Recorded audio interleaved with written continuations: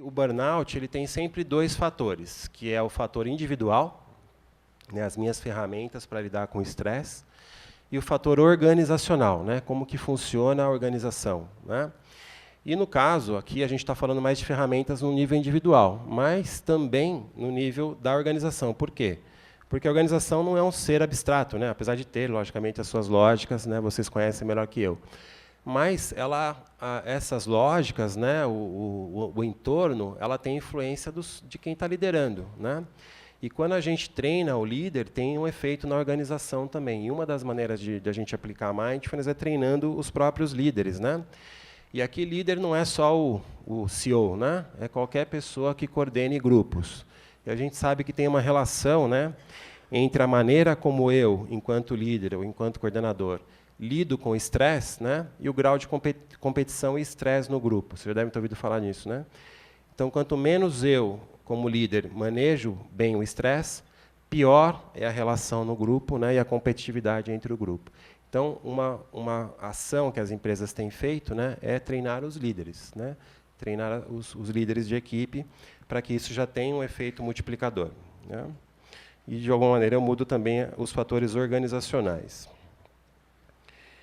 Além dos profissionais, né, além da questão do burnout, a gente tem pesquisas mostrando que melhora a habilidade socioemocional, competência de comunicação, né?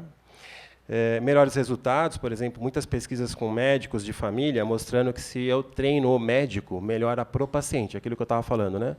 Ele comete menos erros, ele está mais atento, se comunica melhor, e várias outras profissões também a gente tem pesquisas nesse sentido. Além disso, também tem a aplicação de Mindfulness, acho que interessa a vocês, no campo da criatividade. Né? Por quê?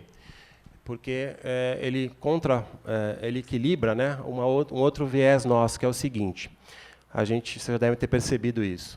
A gente tem uma tendência, nosso cérebro, né, a selecionar evidências, fatos que confirmem as nossas hipóteses. Certo? Então, se eu sou corintiano, eu só olho para o Corinthians. Né? Se eu sou de determinado partido, eu só olho para as coisas boas daquele partido e não para o do outro partido. Né? Então, a gente vivenciou isso recentemente. Né? Então, isso é um viés de seleção de informação. Isso gera conflito, como eu estava falando, né? Mas, no campo das organizações, gera perda de criatividade, porque a gente fica sempre repetindo padrões. Então, seria a possibilidade de eu, num brainstorming, selecionar ideias que não sejam as minhas anteriores. Né? Então, eu estou aberto ao pensamento divergente, esse é o termo técnico. Então, muitas empresas têm usado Mindfulness também como uma solução de criatividade. Também da liderança, né, mais participativa, como eu citei já. Também tem aplicação em atletas, né? Não precisa ser exatamente de alto rendimento, mas muitas equipes de alto rendimento têm usado Mindfulness. Quem gosta de NBA, o Golden State Warriors, tem um treinador de basquete e de Mindfulness, né? Que era o mesmo do Chicago Bulls, do Jordan. Então, eles já treinavam Mindfulness desde aquela época como uma ferramenta. Né? Ajuda no medo de falhar, ajuda no self-talk negativo. Self-talk negativo, não sei se já aconteceu com vocês. Já foram caminhar e começou a vir uma voz interna, tipo assim, já deu? Estou cansado? Segunda-feira eu volto? Né? Esse é o self-talk negativo. Né? Então, é um efeito psicológico, né, da nossa voz interna que atrapalha no desempenho. Né? E a gente consegue lidar melhor com isso. Então, essas são as evidências para profissionais. Também tem muitas evidências para a saúde. Eu vou passar rapidamente só para vocês conhecerem. Né? Mas, hoje em dia, Mindfulness tem mais de 6.000 artigos científicos sobre esses protocolos, né, esses protocolos de intervenção. Esse é um exemplo de uma meta-análise. Meta-análise é quando eu junto vários estudos e faço uma conclusão, né, única. E, nesse caso, é uma meta-análise de meta-análises. Então, eles pegaram várias meta-análises e juntaram, né, porque já tinham muitas, só com foco na área da saúde. E o que a gente observa na saúde? Que Mindfulness é uma opção terapêutica. Então, quando a gente fala Mindfulness, meditação, às vezes a gente pensa em medicina alternativa. Já pensaram isso? Veio na cabeça de vocês? É automático, né? Então, medicina alternativa é tudo deu errado, eu vou tentar alguma coisa que não tem evidência. Né? Aqui não é mais o caso. Então, a gente tem evidência para indicar Mindfulness em algumas situações, né? E como uma opção terapêutica. Em especial, transtornos de ansiedade, depressão e dor crônica. E também muita aplicabilidade hoje em dia em dependência de substâncias, né, prevenção de recaída na dependência química. E qualquer outra condição associada ao estresse também tem benefícios. Então, doenças crônicas, condições crônicas em geral, diabetes, hipertensão, a gente consegue aplicar mindfulness. Esse é só um exemplo de um estudo, né, que foi feito na Inglaterra e foi publicado no Lancet. Lancet é uma revista médica muito importante, né? E eles compararam, para quem tem depressão, continuar com o antidepressivo contra fazer mindfulness e parar o antidepressivo, né? Então, depressão, em especial na fase de prevenção de recaída, eu tomo antidepressivo como estratégia para não ter outros quadros. Eles compararam manter o antidepressivo ou fazer mindfulness, né? E o que eles observaram? Que é igual, né? Então, eles seguiram por 2 anos, e quem fez mindfulness e tirou o antidepressivo, ou quem manteve o antidepressivo, teve menos 50% de recaída. Então, esse é um exemplo de mindfulness como opção, né? Então, frente a um paciente com esse perfil, eu posso optar por tomar o antidepressivo, não está errado, mas posso também optar por fazer o treinamento. E o treinamento dura 8 semanas, né? Falando um pouco do longo prazo, né, dos efeitos. Então, mesmo que o treinamento dure 8 semanas, eu consigo, como eu crio habilidades internas, né, eu consigo manter isso ao longo do tempo. Aí tem vários outros estudos, na verdade, mostrando que nessa condição mindfulness é um pouquinho melhor, tem essa meta-análise, em especial para pacientes que tenham o primeiro episódio de depressão mais jovens, que eles são mais vulneráveis, e os que têm história de trauma na infância, ou abuso na infância, alguma história, né, traumática na infância que tem a ver com depressão, mindfulness é melhor. E também, né, para vocês, acho que interessa a questão da custo-efetividade. Esse também é um estudo de custo-efetividade, mostrando que pacientes, de novo, com depressão, que passam pelo protocolo de mindfulness, eles gastam menos $150 por ano do sistema de saúde, né? Então, é uma intervenção custo-efetiva e, na verdade, eles estão vendendo até como um best buy, né, que seria muito efetiva. Também tem aplicação em pacientes com depressão, né, resistente, mais um exemplo. E o que é interessante, né, hoje em dia a gente tem visto tipologias genéticas de depressão. E aquele exemplo que eu dei, né, então, depressão com história de trauma na infância é um subtipo genético também, né? A gente consegue identificar o subtipo genético. E esse subtipo genético responde menos a medicamento, né? Então, mindfulness tem sido uma das alternativas para esse subtipo clínico e genético. Então, nas condições crônicas, mindfulness pode ajudar no automanejo e no tratamento, né? Essas evidências, né, mais a dos profissionais, geraram uma política pública na Inglaterra. Não sei se vocês já ouviram falar disso, né? Mas mindfulness, hoje em dia, é uma das políticas públicas na Inglaterra, né, no Reino Unido, no sentido de bem-estar social, né? Esse é um exemplo, né, do CD que eles entregavam lá no SUS deles, no NHS, mas desde 2004, então, todos os pacientes com depressão, e agora com ansiedade, com dor crônica, têm acesso a esses protocolos, né, como opção terapêutica dentro do sistema de saúde público, né? E de 2015 para cá, eles estão ampliando isso para as escolas e para as organizações. Então, tem verba para eles treinarem os profissionais lá e fazerem pesquisa, né? E curiosidade que eles treinaram mais de 150 parlamentares já, né, em mindfulness. Seria o correspondente a gente treinar os deputados e senadores, né? Eles já treinaram dentro de um grupo, né, de interesse no tema, para que eles entendam o que é, se beneficiem, mas também possam entender a política pública, né? Então, isso está acontecendo lá no Reino Unido. Algumas universidades, como Massachusetts, colocou mindfulness como departamento, assim como tem psiquiatria, tem mindfulness, né? E na Unifesp tem 2 centros, além do nosso tem outro que se dedica à droga-adição, né, prevenção de recaída em dependência química e mindfulness. Então, várias universidades têm investido nisso. Na USP, o IPQ, né, tem trabalhado bastante com mindfulness. Em Ribeirão Preto, dentro da enfermagem, tem um centro também nascendo sobre mindfulness.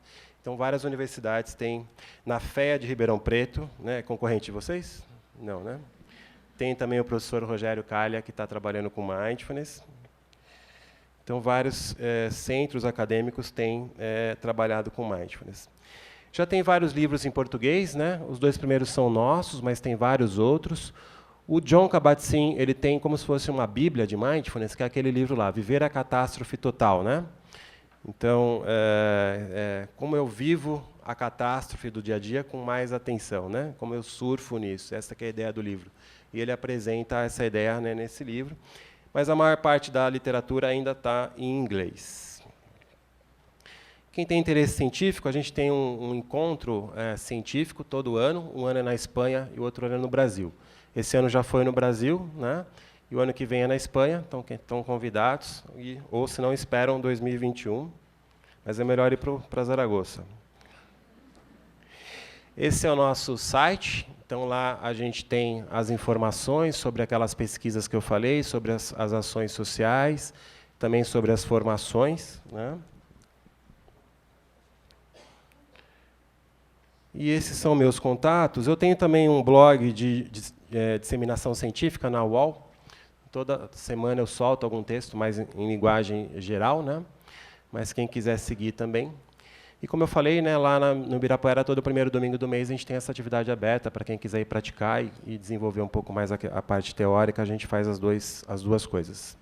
E eu acho que agora a gente tem um tempo para perguntas. É isso? Oi. Muito obrigada. A gente vai abrir para 4 perguntas. Eu pediria um favor para a pessoa se levantar, se identificar que a gente está gravando. A gente também está ao vivo. E eu reforço a informação para vocês entregarem a pesquisa de satisfação para receberem o certificado, tá bom? Quem não conseguir, entre em contato com a gente pelo e-mail carreiras@usp.br ou prg@usp.br. Quem quer fazer perguntas?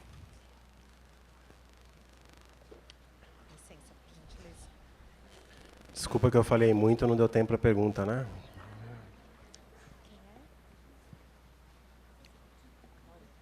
Oi, tudo bom? Meu nome é Kalel, eu sou do portal Minha Vida. E você falou muito sobre mindfulness ser uma técnica que faz a gente ficar no presente, focar no presente. Mas como uma pessoa consegue se sentir confortável em focar no presente se ela não está contente com a própria realidade? Na verdade, não é... Pergunta muito interessante, né? A gente tem também essa ideia pré-concebida de que meditação ou mindfulness é focar no presente, né? Na verdade, é mais aquilo que eu falei, que é a habilidade de eu perceber o presente de outra perspectiva. Não só o presente, eu posso até refletir sobre o passado, mas tentando sair daquela posição de pré-julgamento, né? Então, olhar a realidade como ela é, perceber melhor a minha realidade e o entorno, né?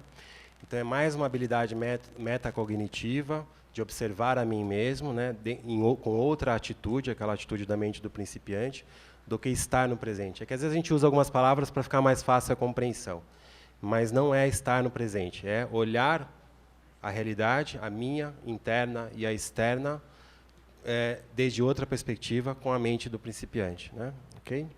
Aí saindo um pouco da reatividade e da impulsividade. Já?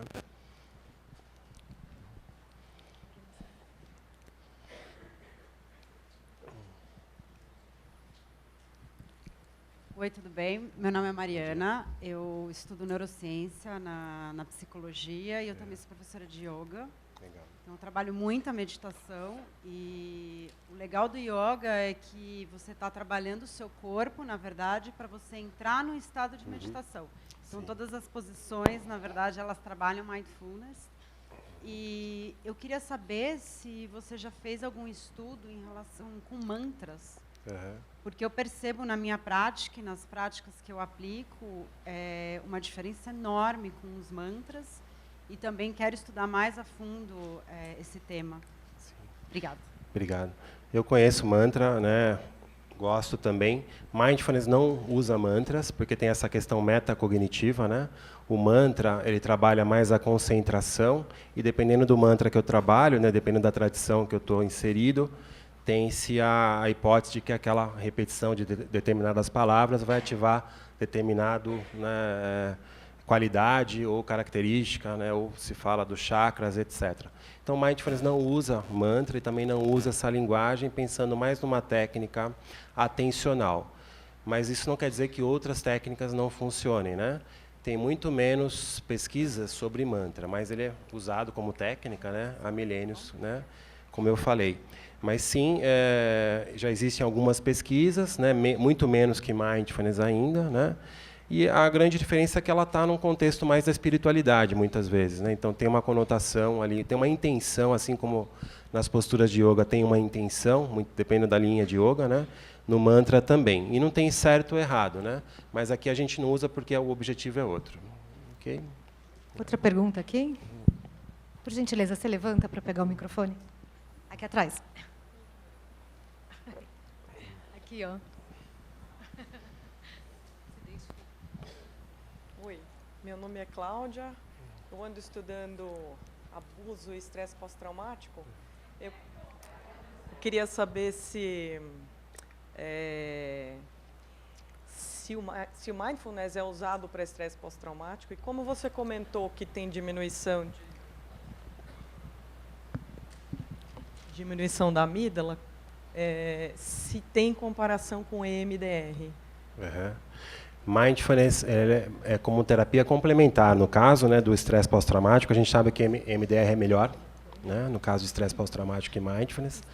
Agora, na fase de manutenção, sim, entra com uma terapia complementar, né, e aí pode ajudar. Quem usa muito os dois, né, MDR e mindfulness, são os americanos que foram à guerra e voltaram, os veteranos de guerra, né? Então tem um sistema de saúde próprio para essas pessoas e eles usam as duas técnicas em momentos diferentes do tratamento, né? MDR mais no começo, depois incorporam mindfulness e as duas ajudam, mas EMDR é melhor para o tratamento agudo, ok? Primeiramente, obrigado pelo seu brilho para nós. Meu nome é Ronaldo, eu sou gestor de recursos humanos, recentemente fazendo uma especialização em musicoterapia organizacional, preventivo, e ampliando para neuromusicoterapia, tentando prevenir doenças neurodegenerativas. Você disse que a técnica pode ser aplicada individualmente, tentando aumentar, ampliar a percepção, eu entendi assim. Uhum. Né? Não focar, mas ampliar. Né? Isso pode ser feito em grupo e se você tem algum trabalho em nível organizacional, empresarial nas empresas. Sim, em geral, né, os protocolos são aplicados em grupo, mas podem ser aplicados individualmente também. Mas a gente sabe, por experiência e por pesquisa, que o grupo ele tem um efeito também no protocolo, em especial na troca de experiência, né, como que eu lido com estresse. E outro termo que a gente usa é o senso de humanidade compartilhado, ou seja, eu não estou sozinho no mundo, né? Todas as pessoas têm fatores de estresse, elas também não conseguem lidar bem com isso. Então essa questão do grupo é importante, mas eu posso aplicar individual. E tem protocolos, eu trabalho também em empresas, né? E tem protocolos próprios para empresas, né? Tá adaptando a linguagem também para o mundo corporativo, para as organizações, né? E aí tem algumas adaptações, eventualmente se traz mais informações da neurociência, aplicação no burnout, aplicação na qualidade de vida, né? Mas tem muita já aplicação em empresas, no Brasil já tem bastante, no exterior. Tem um programa que é bastante famoso, que é o Search Inside Yourself, né? Que é Busque Dentro de Você, que nasceu na Google, depois virou uma empresa, uma spin-off, mas que seria brincadeira com o nome, ao invés de buscar no Google, busque dentro de você, né? Então, e é um protocolo com linguagem empresarial, linguagem corporativa e voltado para isso. Existem vários outros, né? Então eu posso aplicar os protocolos geral, como o MBSR, né, o que a gente tem na Unifesp, mas com qualidade de vida, promoção da saúde.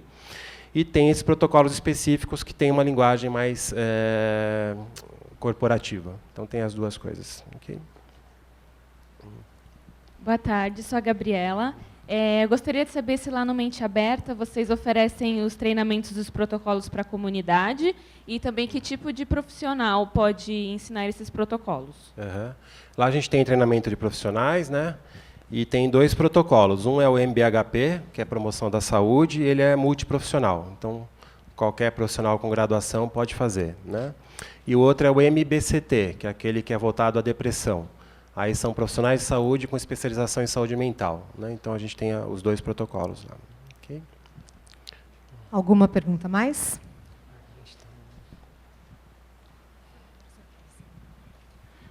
Bom dia, obrigado pela palestra, professor, muito bom. Obrigado. Uma pergunta para o mundo acadêmico, né? Existe um protocolo específico ou que já foi usado? Para aplicação em estudantes, em professores? Professores, né? Quem tem que pedir bolsa, conseguir dinheiro, manejar teses, etc.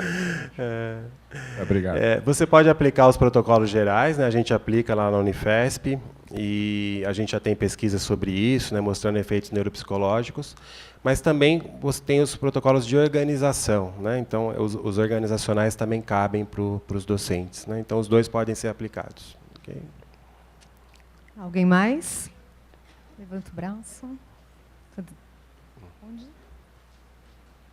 Ficou um pouco confuso para mim, desculpa, meu nome é Fernanda. Ficou um pouco confuso para mim o uso de mindfulness dentro da terapia. Teria uma discussão em cima do que essa atenção maior trouxe de reflexão? Então, dentro das psicoterapias, né, essas que eu falei de terceira geração, a primeira geração seria mais behaviorista, comportamental, segunda geração seria a cognitiva, a comportamental, e a terceira geração seria com base nessas outras duas, mas acrescentando alguns componentes que têm a ver com mindfulness, né? Então, a questão contextual, então o contexto que vive a pessoa e como ela se relacional com os próprios pensamentos e emoções, né? Aí que entra a mindfulness e também tem um componente da aceitação, que seria você entrar em contato com a realidade, né? De outra perspectiva. Então, algumas psicoterapias usam esses componentes, né? Então, tem alguns exemplos. Tem a terapia cognitiva, a terapia de aceitação e compromisso, a terapia dialética comportamental, a terapia do esquema, a terapia interpessoal. Então, elas têm vários componentes e trazem dentro delas um componente de mindfulness, mas são vários outros componentes. Nos protocolos de mindfulness só tem mindfulness, né? Então, essa que é a diferença, é o treinamento baseado em mindfulness e outras psicoterapias incorporam alguns componentes dentro de vários outros. Okay? Ficou mais claro? Então, Marcelo, a gente pode fazer uma prática de 1 minuto com o pessoal que está aqui? Sim, sim. O pessoal topa? Querem fazer? Sim? Ou já querem almoçar? Só um recadinho. O RG da Lidiane Paulina está comigo, tá bom? Se ela estiver presente, depois retirar. Então, a gente vai fazer um exercício bastante breve, vai durar no máximo 2 horas, 2 horas e meia. É um exercício breve que a gente chama prática dos 3 passos. Tá? Aí eu vou sugerir, né, os passos para vocês. E depois, quem se interessar, lá no nosso site tem um link para o canal do YouTube. Né? A gente tem um canal no YouTube e lá tem esses exercícios também. Quem quiser dar uma olhada, né? Em breve vai ter um aplicativo também nosso, né, gratuito. Vocês vão poder baixar esses áudios lá também. Então, para a gente fazer mindfulness, para quem ainda não está acostumado, é mais fácil fazer de olhos fechados. E a outra coisa é dar uma endireitada no corpo, né? A não ser que vocês queiram dormir, aí pode dar uma relaxada maior. Então, dá uma endireitada no corpo, ergue um pouquinho, fecha os olhos, se for possível. E no primeiro passo do exercício, a gente percebe os pontos de contato do corpo. Pontos de contato com a cadeira, com o chão. Posso observar também o contato da pele com a roupa. Eu vou percebendo essas sensações ao longo do corpo.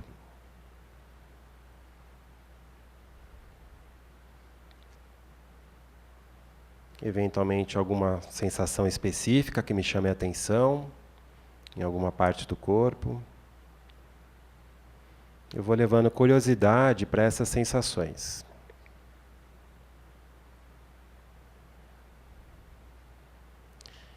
E no segundo passo, a gente vai aos poucos levando a atenção para a respiração. Eu não preciso mudar a respiração, eu deixo ela fluir da maneira como ela estiver. Eu apenas vou acompanhando. Eu posso fazer isso, por exemplo, observando o inflar e o desinflar da barriga, do abdômen.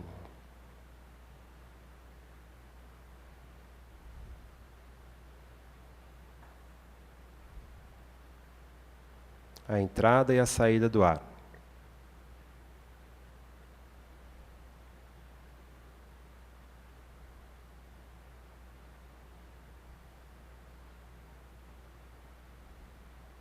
Curioso da própria respiração.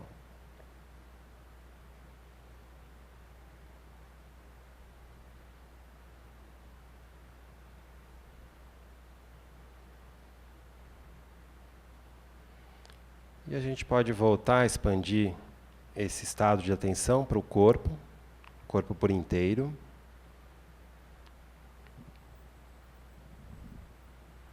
Percebendo também o ambiente que a gente está, os sons, a temperatura. E abrindo os olhos quando quisermos.